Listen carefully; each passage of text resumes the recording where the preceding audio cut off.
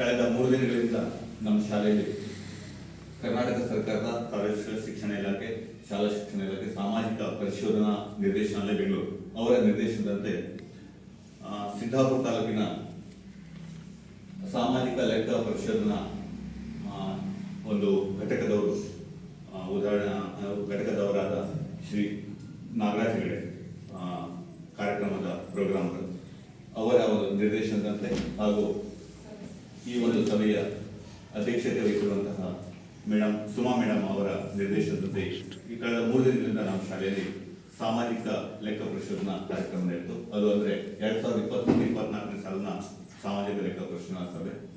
ಅದರಂತೆ 3 ದಿನಗಳಿಂದ ಅವರು ನಮ್ಮ ಶಾಲೆಗೆ ಒಂದು 2023-24 ಸಾಲಿನ ಒಂದು ಆಯವ್ಯಯ ಅಂದ್ರೆ ಹಣಕಾಸಿನ ಲೆಕ್ಕಾಚಾರ ಜೊತೆಗೆ ಶಾಲೆಯ ಶೈಕ್ಷಣಿಕ ಸೌಲಭ್ಯಗಳು ಹಾಗೂ ಶಾಲೆಗೆ ಇನ್ನಿತರ ಬೇಕಾಗಿರುವಂತಹ ಸೌಲಭ್ಯಗಳ ಬಗ್ಗೆ ಸಂಪೂರ್ಣವಾಗಿ ಅವರು ಪರಿಶೋಧನೆ ಮಾಡಿದ್ದಾರೆ. ಅದರಂತೆ ಗ್ರಾಮಕ್ಕೂ ಹೋಗಿ ಮಕ್ಕಳ ಪಾಲಕರಿಗೆ ಮತ್ತು ಸಮುದಾಯದವರ ಜೊತೆಗೂ ಕೂಡ ಹೋಗಿ ಶಾಲೆಯ ಒಂದು ಶೈಕ್ಷಣಿಕ ಸೌಲಭ್ಯ ಮತ್ತು ಇನ್ನಿತರ ವ್ಯವಸ್ಥೆಗಾಗಿ ಪಾಲಕರ ಹತ್ರನೂ ಕೂಡ ಅವರು ಕೆಲವು ಸಂದರ್ಶನವನ್ನು ಕೂಡ ಮಾಡಿದ್ದಾರೆ. ಆ ಎಲ್ಲ ಒಂದು ಒಟ್ಟಾರೆಯಾಗಿ ಆ ಎಲ್ಲ ಒಂದು ವಿಚಾರಗಳ ಒಂದು ಮಂಡನೆಯನ್ನ ಈ ಒಂದು ಶಾಲಾ ಸಭೆಯಲ್ಲಿ ಇವತ್ತು ಇಲ್ಲಿ ಇಟ್ಕೊಂಡಿದ್ದಾರೆ. ಕಾರಣ ತಮ್ಮೆಲ್ಲರಿಗೂ ಕೂಡ ಮತ್ತೊಮ್ಮೆ ನಾನು ಸ್ವಾಗತ ಬಯಸ್ತಾ ಈಗ ಈ ಒಂದು ಕಾರ್ಯಕ್ರಮಕ್ಕಾಗಿ ಪ್ರಥಮವಾಗಿ ನಮ್ಮ ಶಾಲಾ ಮಕ್ಕಳಿಂದ ಪ್ರಾರ್ಥನೆ ಬಗ್ಗೆ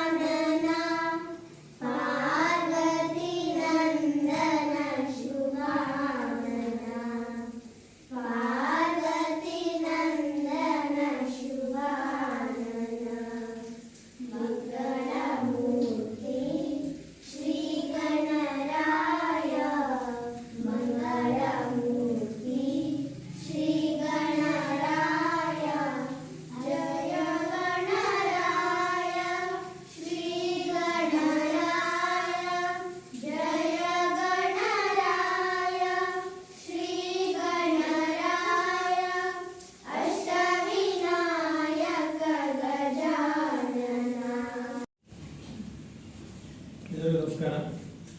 ಇವತ್ತು ನಾವು ಕರ್ನಾಟಕ ಸರ್ಕಾರದ ಶಾಲಾ ಶಿಕ್ಷಣ ಇಲಾಖೆ, ಸಾಮಾಜಿಕ ಪರಿಶೋಧನಾ ನಿರ್ದೇಶನ ಬೆಂಗಳೂರು, ಜಿಲ್ಲಾ ಪಂಚಾಯತ್ ಉತ್ತರಾಖಂಡ ಮತ್ತು ತಾಲೂಕು ಪಂಚಾಯತ್ ಸಿದ್ದಾಪುರ ಮತ್ತು ತಾಲೂಕಿನ ಎಲ್ಲ ಶಿಕ್ಷಣ ಸಂಸ್ಥೆಗಳ ಒಂದು ಸಹಯೋಗದೊಂದಿಗೆ ಇವತ್ತು 2023-24 ಸಾಲಿನ ಸಮಗ್ರ ಶಿಕ್ಷಣ ಕರ್ನಾಟಕ ಯೋಜನೆ ಒಂದು ಸಾಮಾಜಿಕ ಶಾಲಾ ಸಭೆಯನ್ನು ಹಮ್ಮಿಕೊಂಡಿದ್ದೀವಿ. ಇದು ಆಕ್ಚುಲಿ 2 ದಿನದಿಂದ ಸ್ಟಾರ್ಟ್ ಆಗಿದೆ. 3 ದಿನಗಳ ಒಂದು ಪರಿಶೋಧನಾ ಕಾರ್ಯಕ್ರಮ. ಈಗಾಗಲೇ ಈ ಒಂದು ಸಭೆಯಲ್ಲಿ ಕೊನೆಯ ಹಂತಕ್ಕೆ ಸಭೆಗೆ ಕಾಲಿಟ್ಟಿದ್ವಿ.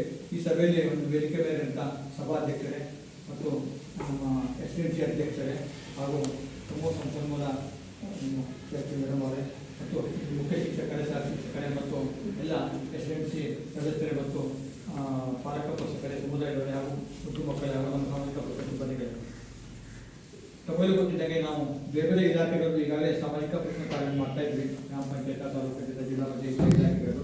ಅದೇ ಥರ ಏನಾಗಿದೆ, ಈಗ ಶಾಲೆಗಳಿಗೂ ಕೂಡ ಶಿಕ್ಷಣ ಇಲಾಖೆಗಳು ಕೂಡ ನಾವು ಸಾಮಾಜಿಕ ಪ್ರಶ್ನೆ ಕಾರ್ಯವನ್ನು ಮಾಡಲಿಕ್ಕೆ ನಾವು ಈಗಾಗಲೇ ಕಾಲಿಟ್ಟಿದ್ದೀವಿ. ಈಗಾಗಲೇ ಒಂದು 2 ವರ್ಷ ಹಿಂದಿನ ಮಧ್ಯಾಹ್ನ ಬಿಸಿ ಊಟ ಕಾರ್ಯಕ್ರಮ ಕೂಡ ಆಗಿ ಶಾಲೆಗಳಲ್ಲಿ ಸ್ಟಾರ್ಟ್ ಆಗಿತ್ತು. ಅದೇ ಥರ ಕಳೆದ ವರ್ಷದಿಂದ ಸಮಗ್ರ ಶಿಕ್ಷಣ ಕರ್ನಾಟಕ ಯೋಜನೆ ಕೂಡ ಸಾಮಾಜಿಕ ಪ್ರಶ್ನೆಗಳನ್ನು ಕಡ್ಡಾಯ ಮಾಡಿ ಕಾರ್ಯಕ್ರಮ ಸಾಧಿಸಬೇಕಾಗಿದೆ ಅಂದ್ಬಿಟ್ಟು ನಾವು ಸ್ಟಾರ್ಟ್ ಮಾಡಿದ್ವಿ. ಈಗಾಗಲೇ ಕಳೆದ ವರ್ಷ 46 ಶಾಲೆಗಳು, ಪಂಚಾಯತ್ ಮಟ್ಟದಲ್ಲಿ 2 ಶಾಲೆಗಳು, 23 ಪಂಚಾಯತ್ 46 ಶಾಲೆಗಳನ್ನು ಪರಿಶೋಧನೆ ಮಾಡಿಬಿಟ್ಟು ನಾವು ಸರ್ಕಾರಕ್ಕೆ ವರದಿ ಸಲ್ಲಿಸಿದ್ವಿ. ಅದೇ ಥರ ಈ ವರ್ಷ ಕೂಡ ಮತ್ತೆ 20% ಶಾಲೆಗಳು, 46 ಶಾಲೆಗಳು ಬಂದಿವೆ. ಅದರಲ್ಲಿ ಗ್ರಾಮ ಪಂಚಾಯತ್ 2 ಶಾಲೆ ಅಂತೆ. ಈಗಾಗಲೇ ಇವತ್ತು ನಾವು ಸಿರಿಗಿ ಗ್ರಾಮ ಪಂಚಾಯತ್ ಸಂಬಂಧಪಟ್ಟಂತೆ ಸಿರಿಗಿ ಹೈಸ್ಕೂಲು ಮತ್ತು ಪಾಲಿಕೊಪ್ಪ ಶಾಲೆ MPS ಅಂದರೆ ಏನಾಗಿದೆ, ಇಲ್ಲಿ ನಗರದಲ್ಲಿರುವಂಥ ಶಾಲೆಗಳನ್ನು ಹತ್ತಿರದಿರುವಂಥ ಗ್ರಾಮ ಪಂಚಾಯತಿಗಳಿಗೆ ಸೇರಿಸಿಟ್ಟು ಮಾಡಲಿಕ್ಕೆ ಈಗಾಗಲೇ ಆದೇಶ ಇದೆ. ಅದೇ ಪ್ರಕಾರ ಮಾಡ್ತಾ ಇದ್ವಿ. ಹಾಗಾಗಿ ಟೌನಿಂದ ಕೂಡ 4 ಶಾಲೆ ಇದೆ. ಅದರಲ್ಲಿ ಈಗ ಫಸ್ಟು ಈ ಬಾಲಿಕೊಪ್ಪನೇ ಇದೆ. ನಂತರ ಅದಕ್ಕೂ ಇನ್ನೊಂದು ಅವಧಿಯಲ್ಲಿ ಬಾಲಿಕೊಪ್ಪ FPS ಏನಿದೆ, ಇಂಗ್ಲೀಷ್ ಮೀಡಿಯಂ ಇದೆ, ಅದು ಕೂಡ ನಾವು ಮಧ್ಯಾಹ್ನ ಬಿಸಿ ಊಟ ಕಾರ್ಯಕ್ರಮದಲ್ಲಿ ಮಾಡಾಗಿತ್ತು. ಅದೇ ಥರ ಸಮಗ್ರ ಶಿಕ್ಷಣ ಇನ್ನೂ ಆಗಿಲ್ಲ.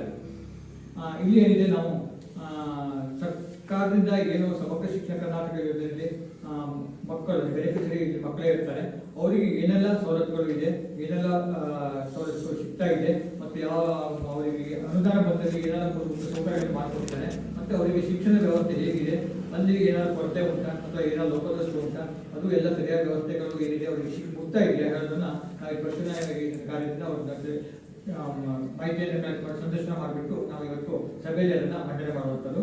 ಈಗಾಗಲೇ ನಾವು 4 ದಿನ ಬಂದುಬಿಟ್ಟು ಇಲ್ಲಿ ಶಿಕ್ಷಕರ, ಮುಖ್ಯ ಶಿಕ್ಷಕರ ಮತ್ತು SC ಸಂಬಂಧಪಟ್ಟಂತೆ ಸಮಿತಿಯ ಮತ್ತು ವಿದ್ಯಾರ್ಥಿಗಳ ಸಂದರ್ಶನ ಮಾಡಿಬಿಟ್ಟು ಆ ಒಂದು ವರದಿಯನ್ನು ಮಾಹಿತಿಯನ್ನು ಕಲೆಕ್ಟ್ ಮಾಡಿದ್ದೀವಿ ಈಗಾಗಲೇ. ನಂತರ ಪಾಲಕರ, ಪೋಷಕರ ಮತ್ತು ಸಮುದಾಯರು ಕೂಡ ಮನೆ ಭೇಟಿ ಮಾಡಿಬಿಟ್ಟು 2ನೇ ದಿನ ಅವರಿಂದ ಕೂಡ ಮಾಹಿತಿಯನ್ನು ಸಂಗ್ರಹ ಮಾಡಿದ್ದೀವಿ. ಅವೆಲ್ಲವನ್ನು ಮತ್ತು ಶಾಲೆಯಲ್ಲಿ ಇರುವಂಥ ಎಲ್ಲ ಮೂಲಭೂತ ಸೌಕರ್ಯ ಇರಲಿ,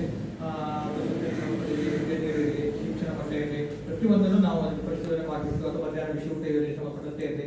ಅದು ಇಲ್ಲೇನಂದರೆ ಬಿಸಿ ಊಟ ಯೋಜನೆ ಸಂಬಂಧಪಟ್ಟಂತೆ ಸಮಗ್ರ ಶಿಕ್ಷಣ ಯೋಜನೆ ಮಾಡಬೇಕಾದ್ರೆ ಎಲ್ಲರೂ ಬರ್ತದೆ, ಟೋಟಲಿ ಶಾಲೆಯ ವ್ಯವಸ್ಥೆ ಬರುತ್ತೆ. ಮಧ್ಯಾಹ್ನ ಬಿಸಿ ಊಟ ಬಂದಾವಾಗ ಅದು ಅಷ್ಟೇ ಸಪ್ರೇಟ್ ಬೇರೆ ಬರ್ತದೆ. ಅದನ್ನು ಕೂಡ ನಾವು ಪರಿಶೋಧನೆ ಮಾಡಿಬಿಟ್ಟು ವರದಿ ಮಾಡಿಬಿಟ್ಟು ಇವತ್ತು ಚರ್ಚೆ ಮಾಡಲಿಕ್ಕೆ ಇವತ್ತು ಮಂಡನೆ ಮಾಡ್ತಾ ಇದ್ದೀವಿ.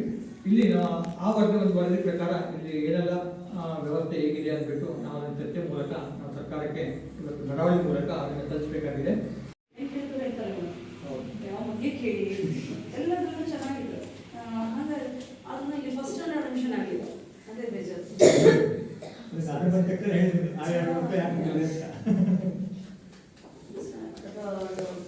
ಬೇಜಾರಿನ ಸಂಗತಿ. ಅಂದರೆ 5 ವರ್ಷ ನಾವು ಕನ್ನಡ ಮೀಡಿಯಂ ಕಲ್ತ್ರೆ, ಅಂದರೆ ನಮ್ಮ ಮಾತೃಭಾಷೆಯಲ್ಲಿ ಶಿಕ್ಷಣ ತಗೊಂಡ್ರೆ ಅದು ತುಂಬಾ ದಿನ ಉಳಿಯುತ್ತೆ. ನಾವೆಲ್ಲ ಕನ್ನಡ ಮೀಡಿಯಂ ಓದ್ತಾರೆ.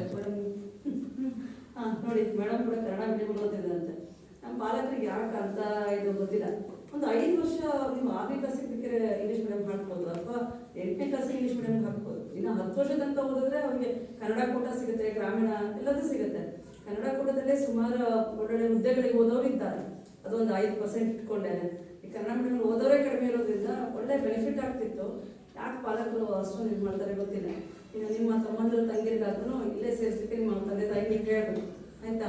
ಚೆನ್ನಾಗಿಲ್ವಾ ಎಜುಕೇಶನ್ ಇಲ್ಲಿ? ಊಟ ಚೆನ್ನಾಗಿಲ್ವಾ? ಇದೇಲ್ವಾ? ನೀವು ಮಾತಾಡಿ, ಚೆನ್ನಾಗಿದೆಯಾ? ಚೆನ್ನಾಗಿ ಕಲಿಸ್ತಾರಾ? ಕಲಿತಾ ಇದ್ದೀರಾ? ಊಟ ಚೆನ್ನಾಗಿದೆಯಾ? ಕೊಡೋ ಬಟ್ಟೆನೂ ಚೆನ್ನಾಗಿದೆಯಾ? ಶೂ ಸಾಕ್ಸ್ ಸಿಗುತ್ತೆ, ಪುಸ್ತಕ ಫ್ರೀಯಾಗಿ ಸಿಗುತ್ತೆ. ಆದ್ರೂ ಪ್ರೈವೇಟ್ ಸ್ಕೂಲಿಗೆ ಹೋಗ್ಬೋದು. ನಿಮ್ಮ ತಮ್ಮ ತಂಗಿಯರಿಗೆ ಇಲ್ಲೇ ಸೇರ್ಲಿಕ್ಕೆ ಹೇಳ್ಬೇಕು ನಿಮ್ಮ ತಂದೆ ತಾಯಿಯರಿಗೆ, ಆಗ್ಬೋದಾ? ಹಾಗೆ ಹಾಗಾಗಿ ನಮ್ಮ ಶಾಲೆ ಉಳಿಸ್ಕೋಬೇಕು ಅಂದ್ರೆ ಸಂಖ್ಯೆ ಹೆಚ್ಚಾಗಬೇಕು. ನಿಜವಾಗ್ಲೂ ಹೋದ ವರ್ಷ 24 ಕಂಪ್ಲೀಟ್ ಮತ್ತೆ ಗ್ಯಾಪ್ ಆಗುತ್ತಲ್ಲ ನಿಮಗೆ ಗೊತ್ತಾ? ಬ್ಯಾಚ್ ಫುಲ್ ನೆಕ್ಸ್ಟ್ 5 ವರ್ಷ ಗ್ಯಾಪ್ ಇದ್ದೇ ಇರುತ್ತೆ.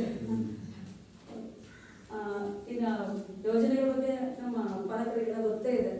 ಉಚಿತ ಪಠ್ಯಪುಸ್ತಕ, ಈಗಾಗಲೇ ಪಠ್ಯಪುಸ್ತಕ ಸಪ್ಲೈ ಆಗಿದೆ 2 ಸೆಮಿಸ್ಟರ್. ಜೊತೆಗೆ ಈಗ FLN ಅಂತ ಒಂದು ಕಾರ್ಯಕ್ರಮ ಮಾಡಿಕೊಂಡಿದ್ದಾರೆ. ಇದು ಮಹತ್ವಾಕಾಂಕ್ಷೆಯ ಕಾರ್ಯಕ್ರಮ, ಅಂದರೆ ಕೇಂದ್ರ ಸರ್ಕಾರದ ಕಾರ್ಯಕ್ರಮ ಆಗಿದ್ದು.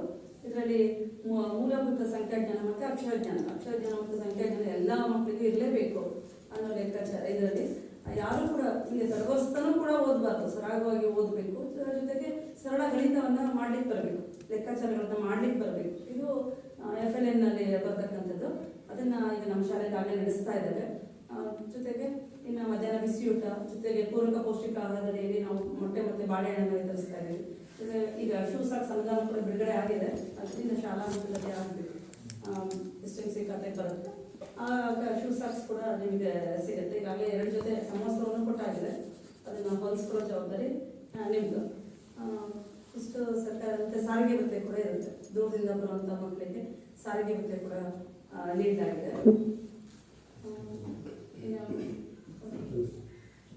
ಇಷ್ಟು ಯೋಜನೆಗಳು ಸರ್ಕಾರದ ಕಡೆಯಿಂದ ಇದೆ. ಅದಕ್ಕೆ ಪೂರಕವಾಗಿ ಮಕ್ಕಳನ್ನ ಮನೆಯಲ್ಲೂ ಕೂಡ ಅಭ್ಯಾಸ ಮಾಡಿಸೋದು ಪಾಲಕರ ಜವಾಬ್ದಾರಿ ಆಗಿರುತ್ತೆ. ಕೇವಲ ನಾವು ಶಾಲೆಯಲ್ಲಿ ಅಷ್ಟೇ ಕಲಿಸಿ ಬಿಟ್ಬಿಟ್ರೆ ಆಗೋದಿಲ್ಲ. ಅವ್ರನ್ನ ಮನೆಯಲ್ಲಿ ಸ್ವಲ್ಪ ನೀವು ಶಾಲೆಯಲ್ಲಿ ಇವತ್ತು ಏನು ಕಲ್ತರು ಅನ್ನೋದನ್ನ ಸ್ವಲ್ಪ ಅದನ್ನ ಮತ್ತೆ ಪುನರಾವರ್ತನೆ ಮಾಡಿಸಿದ್ರೆ ಸಾಕು. ಮತ್ತೆ ಎಕ್ಸ್ಟ್ರಾ ಟ್ಯೂಷನ್ ಯಾವುದು ಬೇಡ, ಅದನ್ನೇ ಪುನರಾವರ್ತನೆ ಮಾಡಿಸಿದ್ರೆ ಮಕ್ಕಳು ತುಂಬ ಚೆನ್ನಾಗಿ ಶೈಕ್ಷಣಿಕವಾಗಿ ಮುಂದುವರಿತಾರೆ.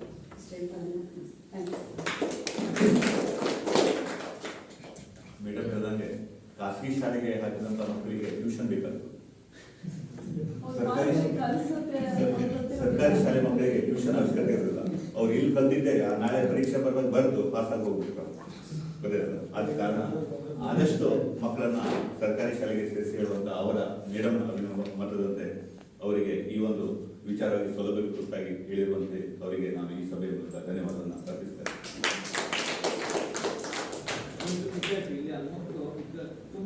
ನನ್ನ ಹೆಸರು ಕೆ ಎಸ್ ಸಂತೋಷ್ ಅಂತ. ನಾನು ಸಿದ್ದಾಪುರ ತಾಲೂಕಿನ ಗ್ರಾಮ ಸಂಪನ್ಮೂಲ ವ್ಯಕ್ತಿಯ ಕೆಲಸ ಮಾಡ್ತಾ ಇದ್ದೇನೆ. ನಾನು ಇವಾಗ 2023-24ನೇ ಸಾಲಿನ ಸಮಗ್ರ ಶಿಕ್ಷಣ ಕರ್ನಾಟಕ ಯೋಜನೆ ವರದಿಯನ್ನು ಮಂಡನೆ ಮಾಡ್ತಾ ಇದ್ದೇನೆ. 2023-24ನೇ ಸಾಲಿನ ಜಾತಿವಾರು ವಿದ್ಯಾರ್ಥಿಗಳ ಸಂಖ್ಯೆ ನೋಡಿದಾಗ ಅಂಗನವಾಡಿಯಿಂದ ಮತ್ತು 5ನೇ ತರಗತಿವರೆಗೆ 44 ಮಕ್ಕಳಿದ್ರು. ಅದೇ ರೀತಿಯಾಗಿ ಸಾಮಾಜಿಕ ಪರಿಶೋಧನೆ 2ನೇ ದಿನದಂದು ಹಾಜರಾತಿಯನ್ನು ಪರಿಗಣಿಸಿದಾಗ ಅಂಗನವಾಡಿಯಲ್ಲಿ ದಾಖಲಾತಿ 11 ಇದೆ. ನಾವು ಭೇಟಿಯಾದ ದಿನದಂದು 4 ಹುಡುಗರು 4 ಹುಡುಗಿಯರು ಬಂದಿರುತ್ತಾರೆ, ಒಟ್ಟು 8. ಅದೇ ರೀತಿಯಾಗಿ 1ನೇ ತರಗತಿಯಲ್ಲಿ ದಾಖಲಾತಿ ಇರುವುದಿಲ್ಲ. 2ನೇ ತರಗತಿಯಲ್ಲಿ ದಾಖಲಾತಿ 4 ಮಕ್ಕಳು ಬಂದಿರುತ್ತಾರೆ. 3ನೇ ತರಗತಿಯಲ್ಲಿ 5 ದಾಖಲಾತಿ, 5 ಮಕ್ಕಳು ಬಂದಿರುತ್ತಾರೆ. 4ನೇ ತರಗತಿಯಲ್ಲಿ 3 ದಾಖಲಾತಿ ಇದೆ, 3 ಮಕ್ಕಳು ಬಂದಿರುತ್ತಾರೆ. 5ನೇ ತರಗತಿಯಲ್ಲಿ 4 ದಾಖಲಾತಿ, 4 ಮಕ್ಕಳು 2ನೇ ದಿನ ಭೇಟಿಯಾದ ದಿನದಂದು ಬಂದಿರುತ್ತಾರೆ.